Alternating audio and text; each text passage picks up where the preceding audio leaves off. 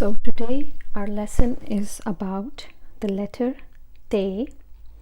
It comes after pe and it has the same shape as be and te.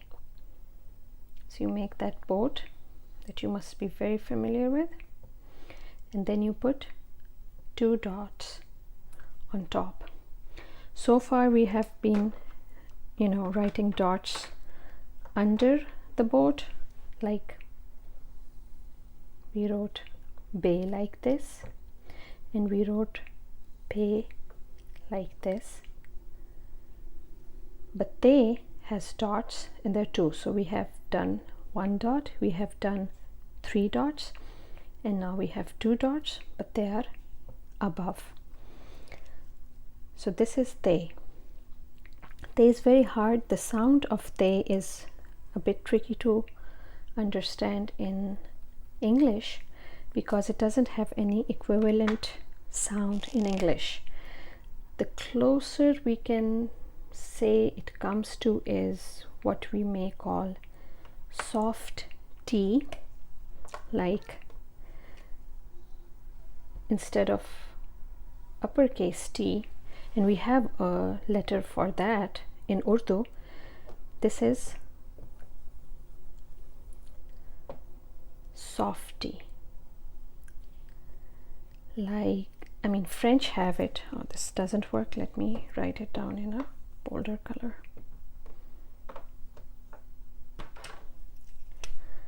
This is consider this a softy. So it would be, if it's French, you can say, how their city named Toulouse.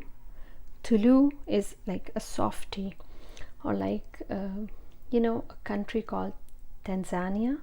It's not called Tanzania, it's Tanzania. So that's a softer T. So that is how te in Urdu sounds. So it's te, but it's a soft T, not harsh T. So th. Th is the sound that it makes. Write all this down in your notebooks, and let's start adding it to our vocabulary, the words that has te and the other alphabets that we have done so far, like alif, alif mad a, ba, be, and pe. So what words that we can do with this? Remember we did this word. This is an alphabet, a letter a, but it also means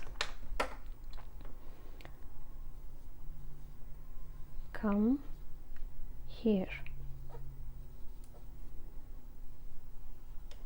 Now if you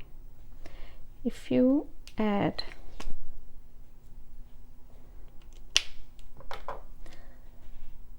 if you join a, okay, so the rules I told you before, that for be, pe and te, the conjugated style of writing is the same. So we'll take part of te like this, and then we add alif to it, so it becomes the a. It's a, the, it's a softy, and a, ta. Ata means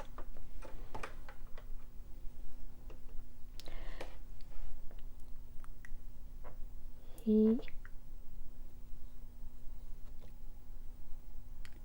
comes.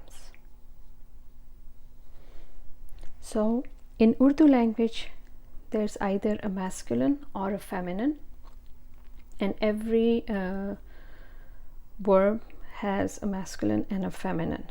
So this is for the masculine. When there's alif in the end, it's usually masculine. So ata. Ata means he is coming or he comes now. Another word that we will do, I'll just erase this part. And please write all this down, like I told you guys about the notebook. Please write all the phonics with the sound so it makes more sense to you, especially when you are revising. You write the translation, transliteration, whatever works for you, write it down. As much you can write, it will practice, it will help you practice more. Okay, so I hope you know what I'm writing now. It's this with this. Ba,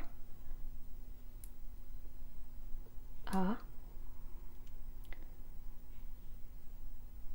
ba, a, and then remember how I said that after alif the ba is in unconjugated form, the be is in unconjugated form, the pe is in unconjugated form. Similarly, the te after alif, see, now we have both. The boat shaped letters like ba, be, it is, when it's before alif, it's in a conjugated form, but after alif, it's an unconjugated form. We don't write it like, for example, ba, be, alif, te. This isn't how it's written. That's a totally different letter. We will be talking about it later on. So far, just remember that after alif, all the boat shaped letters are unconjugated. So ba, a, ta, baat, baat, baat. Baat means talk.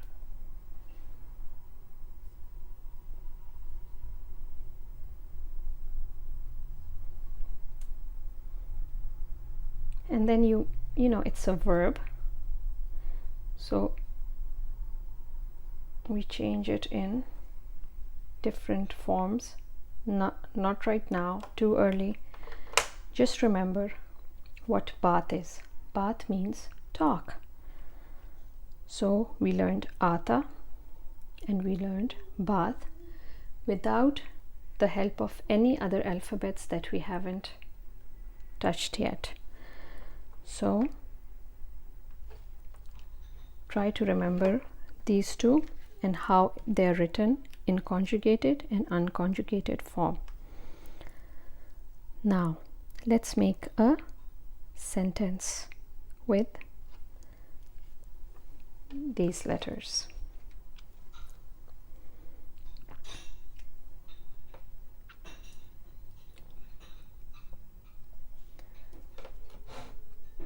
Baba.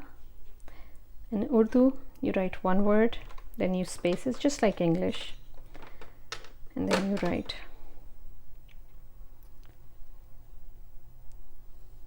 a, ta. This is a complete sentence.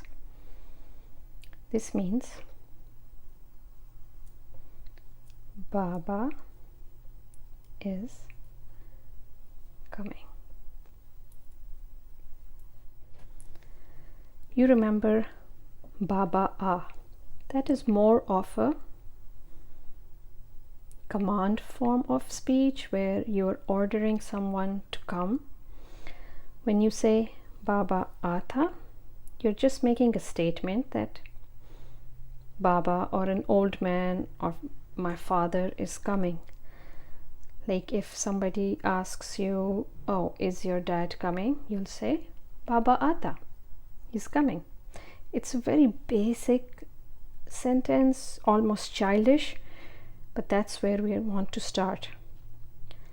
So this is our sentence of the day. Please write everything down in your notebooks, and we'll do a revision right now, what we learned. So let's do the revision of what we did today and see how much we have learned. So we learned the word ta, te, and it sounds like th, softy.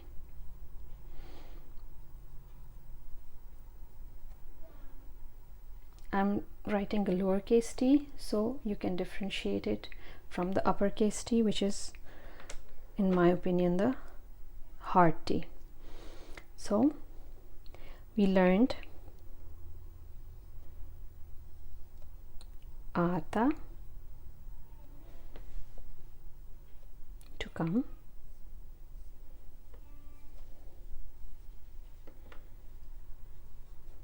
and it's a masculine. Remember, in Urdu it's masculine and feminine. Everything is masculine and feminine. So this one is for to come, or he is coming. This is what we say. Ata. Then we said bath. Now we are doing 3-letter words. So ta. No, sorry, bath. It's B-A-T. Just like this, A-T-A. This is much more easier. Then you connect all these and you can make a word. I would suggest you color code it in your notebooks. It will be a whole lot easier, but you know, whatever works for you. And bath means talk.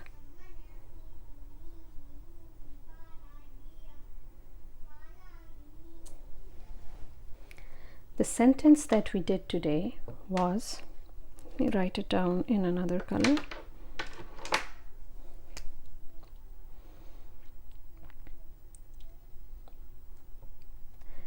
Baba आता.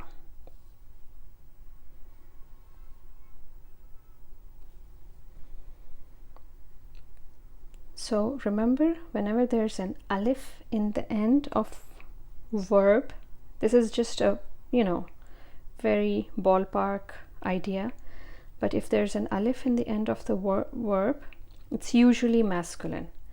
And the feminine one, we will have to wait till the very end of our alphabets to learn that. But so far, this is what you need to learn. This is quite enough. If you start from your very first lesson, up until now, you will know how much vocabulary you have. And anybody who is joining us, please don't start from this lesson. Go to the very first lesson, do that. Then do the second lesson, then the third, and this is our 4th lesson. So, we want to do our alphabets in a proper order, and we slowly add each alphabet to our already, added vocabulary. So we are taking baby steps. If you do te, you have no idea what be is, what alif is, what is a mad. So you need to know all these things before you join us. So I urge you to do that. Please like our channel and subscribe it. And I am positive that anybody who sees these lessons, they'll benefit greatly from this. Okay, see you in the next lesson. Bye.